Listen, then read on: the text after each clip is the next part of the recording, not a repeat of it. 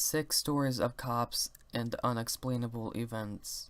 Story number 1. The key holder. Myself and a buddy on my squad responded to an alarm. The incident location was an old office-type building that had been converted to doctors' offices. There was a pharmacy attached to it. Our dispatch received a motion signal from an upstairs office. Key holder arrives on scene and we go in to secure the building. The stairs were locked behind a door that of course the key holder didn't have keys to, so we took the elevator up to the second floor. Not the most tactically sound option, I know.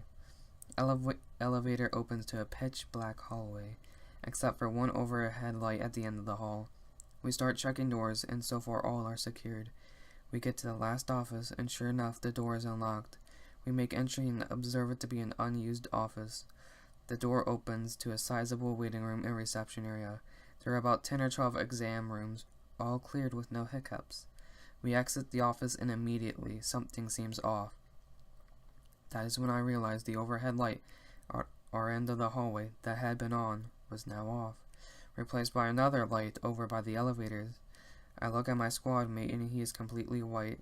I ask him what's wrong. He says, "Weren't all those doors we just checked closed and locked?" I tell him yes, so my buddy says, "Well, now they're all standing open."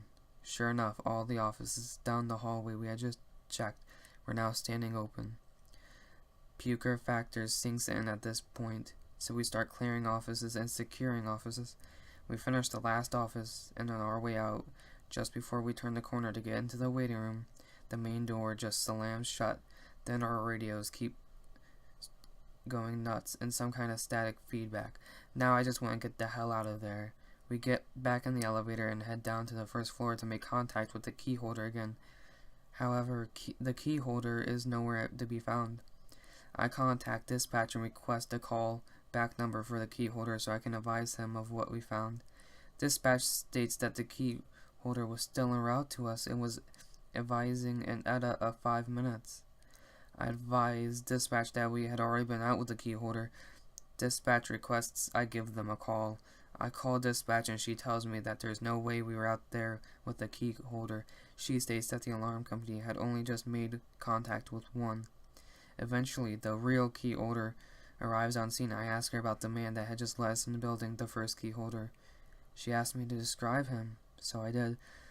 She states that sounds like one of the doctors that used to lease the office on the second floor at the end of the hall. She then states that he had committed suicide at his summer home several years ago.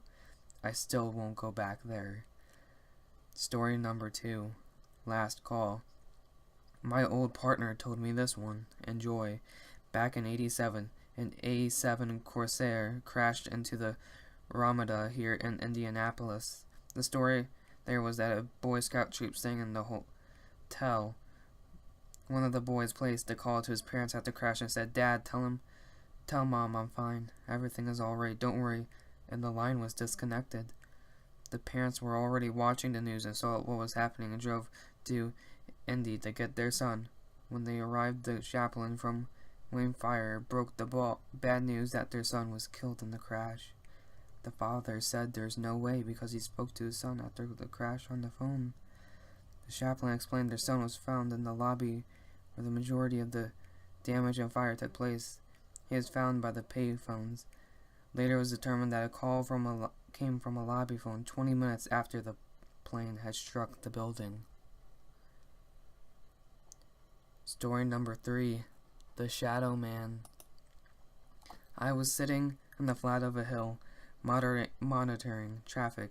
It was about 2 to 3 a.m. where I was sitting. It's a well-known spot where an unsolved murder victim was found about 26 years ago. No other officers would sit here, even though citizens are constantly doing 50 to 20 miles over the limit in this area. As I was sitting there, I saw a shadow cross the back of my unit coming from the passenger side. Almost immediately afterwards, the shadow came up to the driver's side of my unit, then across the front. Mind you, it's completely dark in this area, and the only lighting around me is from the moon. Thinking the worst, I turned on all my lights to light up the area to see if I can see who or what is around me. Nothing. I figured it was time to leave that area. Once I got to a lighted area, I stopped and realized that my camera was recording from where I hit my emergency lights. I reviewed the footage, and you can see where a figure starts from the driver front of my unit. Then for half a second the entire camera goes black, as if someone put their finger over the lens. Then it goes back to normal. Needless to say, I haven't sat in that spot yet again. Story number 4. The Haunted Church. I used to work for a private police security firm as a patrol supervisor. On one of my patrol routes, we had a huge church that was also a private daycare and kindergarten. It was my responsibility to clear and secure the building every night between 3 and 4 a.m. due to recent instances of doors being found left open in the morning. In the early 1900s, the building was a schoolhouse, and supposedly a fire had killed several children trapped inside. I didn't know any of this prior to working for the company. I only lasted about a week on this route prior to requesting that the church be moved to earlier in the shift. Several extremely creepy things happened while assigned to the church. My first night there, I just walked down a very long main classroom hallway to clear all of the rooms, and when I turned around to walk back up the hallway, there was a red balloon floating in the middle of the hallway that was definitely not there prior. In the old pastor's office, there was a lamp, shaped like a lighthouse, that sat on a table in a large window. When I would pull up to the church, the lamp would be the first thing I would see in the office window. It was always turned on. However, when I would go to the check and lock the pastor's office from the inside, the lamp would always be off. When I would get back in the car to leave, the light would be back on again. One weekend, the church was having a bake sale, and the kitchen was full of plates and cookies and brownies, etc. There had been a note left on the door telling us security that we could help ourselves to anything in the kitchen within reason. I cleared the kitchen and noticed a large plate of chocolate chip cookies. I continued past the plate to clear the rest of the kitchen, and when I went back to the plate of cookies, there were only 3 left where there had once been at least a dozen or more. And I also had the usual phenomena of previously closed locked doors being found open just seconds after closing and locking them. Another officer that filled me in for me one evening quit the very next day because he reported that he was checking the main chapel. The pipe organ had started playing itself. Story number 5. A Guardian Angel. A traffic guy at my agency was catching up to a DUI suspect. No lights or sirens. The suspect was easily 300 to 400 yards ahead at 03:30 hours on a very long stretch of semi-rural road. The left side of the street was lit by streetlights, and the right side was dark. Both cars were moving fast, about 80 miles per hour or so.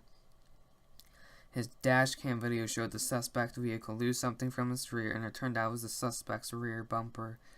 After the bumper stopped tumbling, the video showed a black figure dart into the roadway from the left, the side lit by the streetlights, pick up or move the bumper, then dart to the right side of the roadway where it was dark.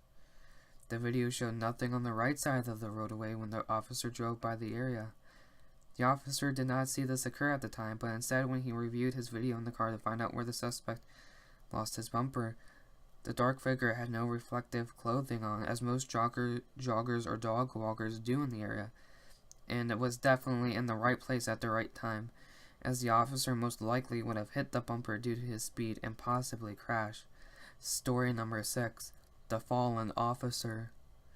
I wasn't present for this, but heard this from co-workers. It was the second week of April a few years ago. Around 2 a.m., a young junior female officer was coming off shift and walking to locker rooms past an empty admin area. At that time of night, the office all cleared out and can be eerie. She saw an older male officer standing there that she didn't know, and she said hello as she walked by. He ignored her, and when she looked back over her shoulder, he was gone. Of course she was creeped out, but told herself she was tired and imagining things. A couple days went by, and she saw a picture of the same officer she had seen that night, posted on a wall of fallen officers. That officer had killed himself with his service weapon a couple of years earlier, during the second week of April. He used to have a desk near where she saw him. I didn't know him very well, as we have a large department, and we didn't work in the same areas, but in all of my dealings with him, he was very talented and skilled at his job, and had a clear passion for it. It was a big loss. Apparently there is another one watching over us.